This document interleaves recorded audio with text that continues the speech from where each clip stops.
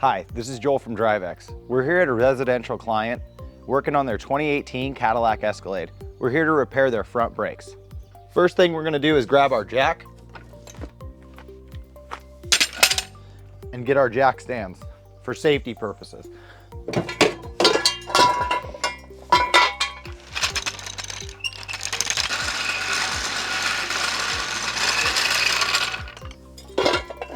Put one jack on one side, another jack on the other. And the next thing we want to do is ensure that we're jacking the vehicle up from the proper manufacturer jack point. Usually those are located right behind the front door and right in this part of the back door.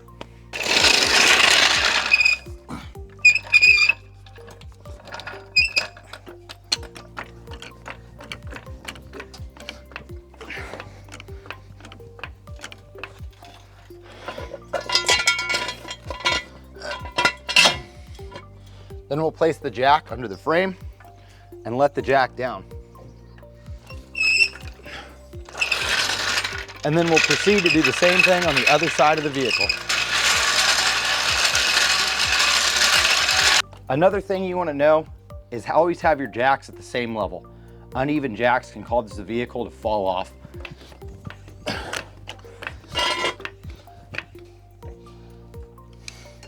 The next thing we're gonna do is grab all the tools we need to remove the wheels and all the brake parts. After we do that, we'll start taking everything apart and you can see the step-by-step process.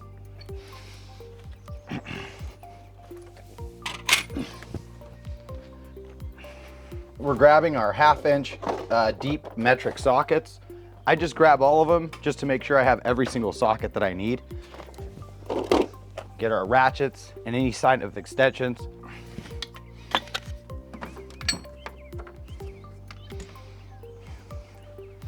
And we're also gonna grab an impact to remove the wheels. Another big thing is lubricating your brake caliper pins. We're gonna also lay down a safety protection mat for any kind of brake grime or grease that could fall on the ground. The next thing we wanna do is remove this center cap. If they have an anti-theft socket or lug nut, make sure you check the glove box, center console, or back compartment of the vehicle. If you can't locate it, ask the customer. We're also gonna ensure the proper fitment of our deep socket. And we're gonna spin it around till we get the proper seat. Next, we're gonna use our 1/2-inch impact. And we're gonna start removing our wheel. Now we're gonna put on a set of gloves just to ensure we don't get the interior of the customer's car dirty. And next thing we're gonna do is go get inside the vehicle and open the hood. We open the hood to check the master cylinder to make sure it's not too full before we start doing our brake job.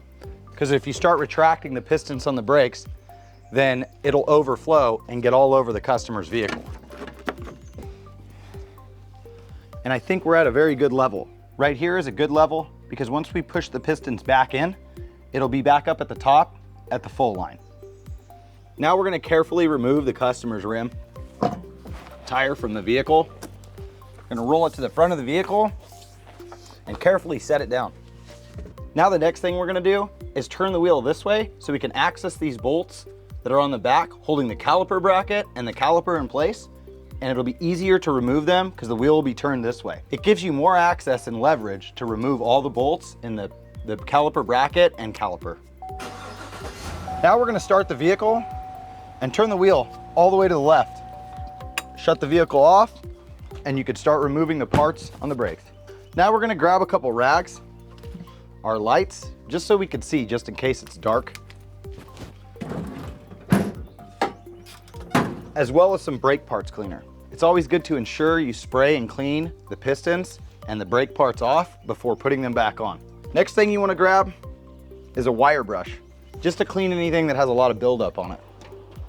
Now we're gonna find the right size sockets to remove our caliper pins.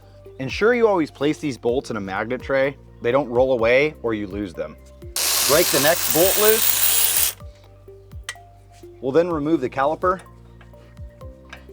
And if it is hard to remove, you might need to get a pry bar to pry the caliper over. which it looks like that's the step we're gonna have to take. Now that we have our pry bar, find a good access point to now push the caliper top and then bottom over. The caliper should now be loose enough to remove. And if it's not, you might need to grab a hammer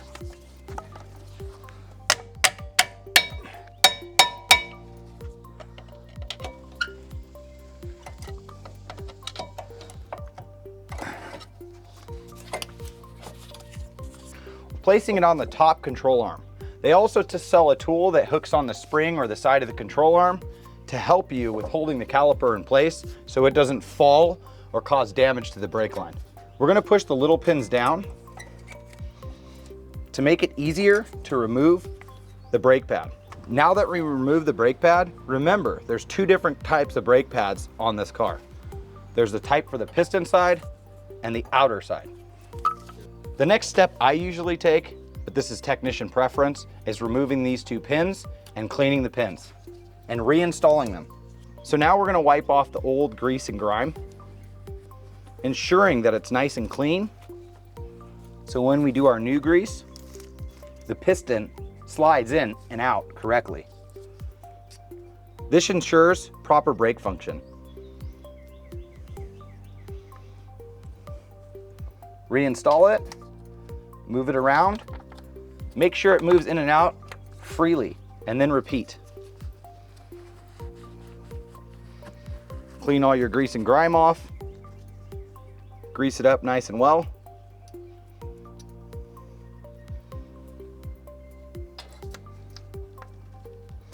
And now you're good. If your brake pads don't come with new brake hardware, make sure you clean your hardware really well with a wire brush.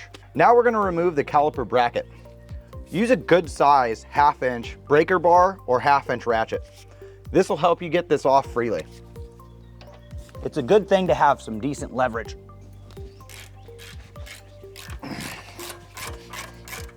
Don't remove the bottom bolt just yet. Remember to break the top one loose as well.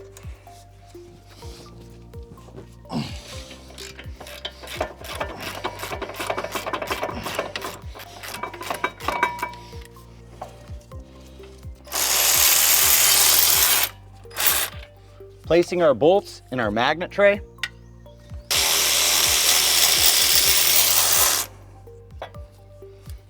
Now we're gonna grab our Torx bits to remove the rotor. Now we're gonna grab our Torx bit,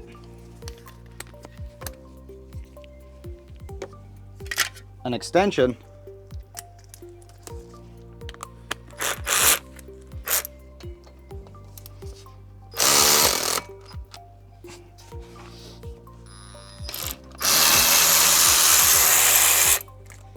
and we're gonna remove our rotor. The next step I like to do is usually wire brush this whole area off to prevent rust and a big corrosion from starting for the next guy when he goes to remove the rotor. Make sure you have the proper piston caliper retracting tool. This will ensure you don't cause damage to the caliper itself. Using a C-clamp or something like that on one or the other side can cause one piston to pop out of the caliper. I usually use a brake pad, set it in here like this. I take my caliper retracting tool,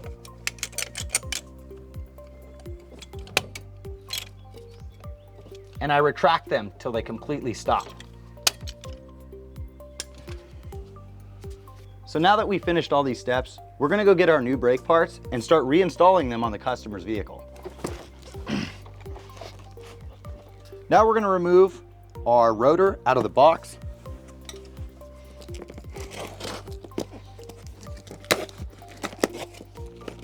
We're gonna remove the packaging off the rotor. And then we're gonna spray off all the protection oil that's on the rotor. This can cause damage to your brake pads, squealing, or abnormal brake wear.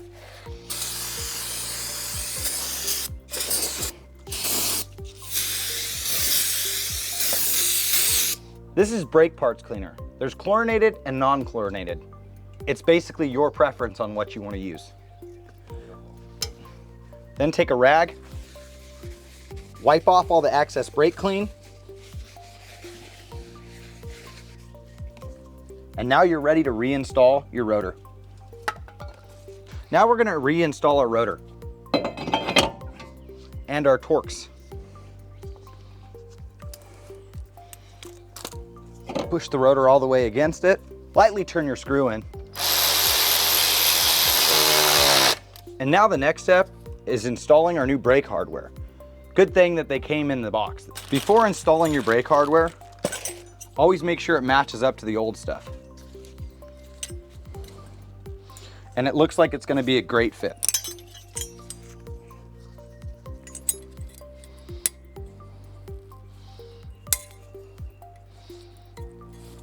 And make sure they're properly seated.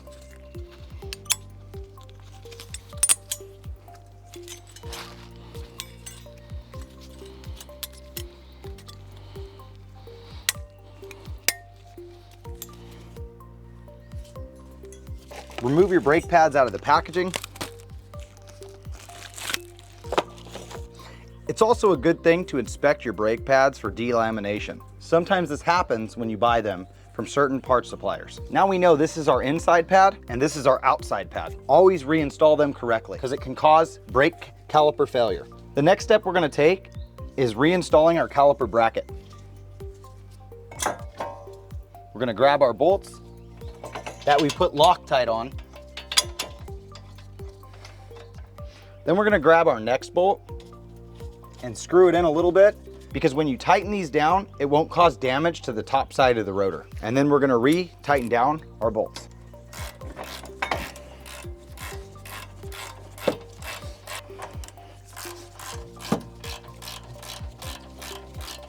It's really good to make sure you hit them with an impact or a torque wrench to make sure they're securely tightened.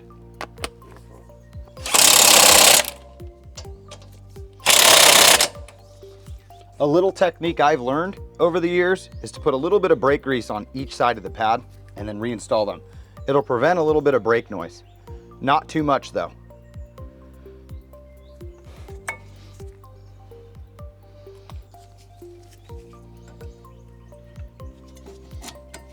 And now it's time to reinstall our brake caliper. Always ensure this line isn't twisted or bent.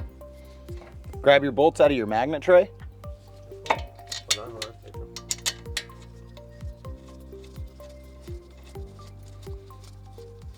Get your next bolt out of your magnet tray.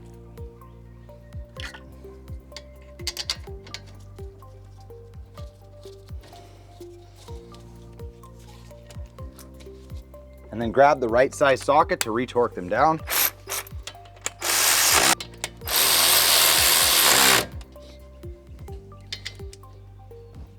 Now we're going to turn the wheel back straight to make sure it's easier to reinstall the wheel.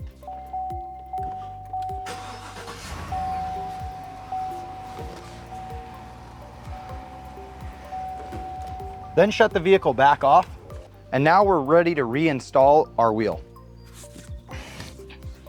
Lifting our wheel into place, I usually place 2 lug nuts on so the wheel doesn't walk out. We're going to grab our proper socket size to make sure it doesn't strip the head of the nut out. Now we're going to tighten the wheel back down in a star pattern. It will make sure the wheel is evenly tightened down.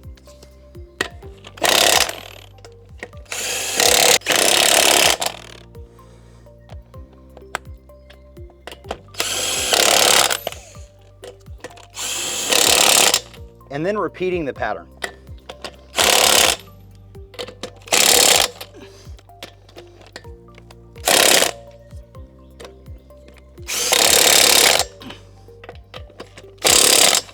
Now we're ready to reinstall our center cap. Usually they line up a certain way. Ensure that that's the case. They'll have a mark indication showing where they go. And usually that's placed somewhere like right here on the vehicle. Wipe all your grease and grime off.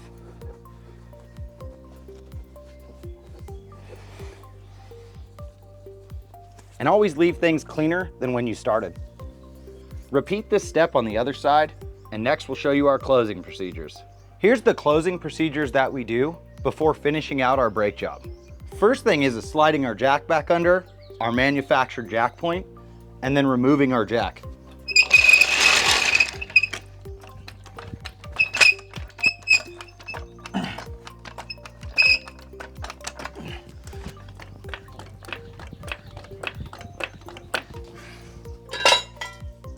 Don't twist the jack too fast because it'll cause the vehicle to slam down.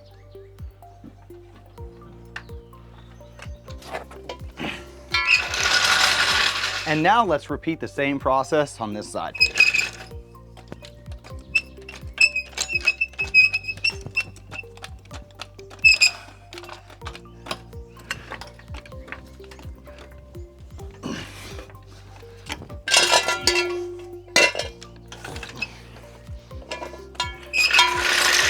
Now our next step is going to be making sure our brake fluid is at the right capacity level, which it is. It looks great and it's nice and full. Next, we're going to pump out the brakes, go on a test drive to ensure the vehicle is safe for the customer to drive. And you do that by pressing firmly on the brake pedal. Do it multiple times. Once the brake pedal seems stiff, then it's safe to drive. Next, we're going to go on a test drive to ensure that it's safe for the customer to drive. Thank you for watching this brake tutorial. If you have any questions, please feel free to reach out to us and have a wonderful day.